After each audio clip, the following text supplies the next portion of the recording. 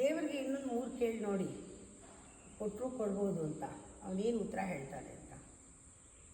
ದೇವ್ರಿಗೆ ಕೇಳಿ, ಅಪ್ಪ ನನಗೆ ಸಂತೋಷ ಕೊಡು. ನೋ, ಕೊಡಲ್ಲ, ನಾನು ಹಿಂಗೆ ಆಶೀರ್ವಾದ ಕೊಡ್ತೀನಿ ಅಂತ. ಅದನ್ನು ಜೀರ್ಣಿಸ್ಕೋಬೇಕಲ್ಲ. ಏನಾದರೂ ವಸ್ತು ಕೊಡು ಅಂತ ಕೇಳಿ, ಇಲ್ಲ ಕೊಡಲ್ಲ, ನಾನು ಹಿಂಗೆ ಜೀವನನೇ ಕೊಟ್ಟಿದ್ದೀನಿ, ಆ ಜೀವನನ ಜೀವಿಸಿ ಎಂಜಾಯ್ ಮಾಡ್ಬೋದು. ಸಂತೋಷ ನಿನ್ನ ಕೈಲಿದೆ, ಸಂತೋಷ ಪಡೋದು ನೀನು. ಆದರೆ ನಾನು ಹಿಂಗೆ ಕೊಡೋದೇನು?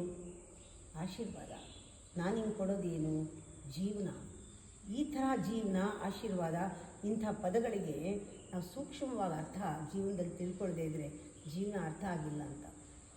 ಎಲ್ಲರನ್ನೂ ಪ್ರೀತಿ ಮಾಡೋ ಹಂಗೆ ಮಾಡು ದೇವರೇ ಅಂತ ಕೇಳಿದ್ರೆ, ನಾನು ನಿನ್ನನ್ನು ಪ್ರೀತಿಸ್ತಾ ಇದ್ದೀನಲ್ಲ, ಅದನ್ನು ಅರ್ಥ ಮಾಡ್ಕೊ. ಅದು ಆಟೋಮ್ಯಾಟಿಕ್ಕಾಗಿ ನೀನು ಎಲ್ಲರನ್ನೂ ಪ್ರೀತಿಸ್ತೀಯ. ಇಲ್ಲಿ ನಾವು ಮುಖ್ಯವಾಗಿ ನೋಡಬೇಕಾದ್ರೆ, ಪರಮಾತ್ಮನಿಗೆ ನಮ್ಮ ಮೇಲೆ ಎಷ್ಟು ಅಫಿನಿಟಿ ಇದೆ, ಎಷ್ಟು ಆಶೀರ್ವಾದಗಳು ಕೊಡ್ತಾ ಇದ್ದಾನೆ, ಎಂಥ ಜೀವನ ಕೊಟ್ಟಿದ್ದಾನೆ. These are the values. ಇದರ ಮೌಲ್ಯ ತಿಳ್ಕೊಳ್ದೇ ಇದ್ದರೆ ನಾವು ಜೀವನ ಎಲ್ಲ ಕೇಳ್ತಾ ಕೂತಿರ್ತೀವಿ, ಖಂಡಿತ ಜೀವನ ಸಿಗಲ್ಲ.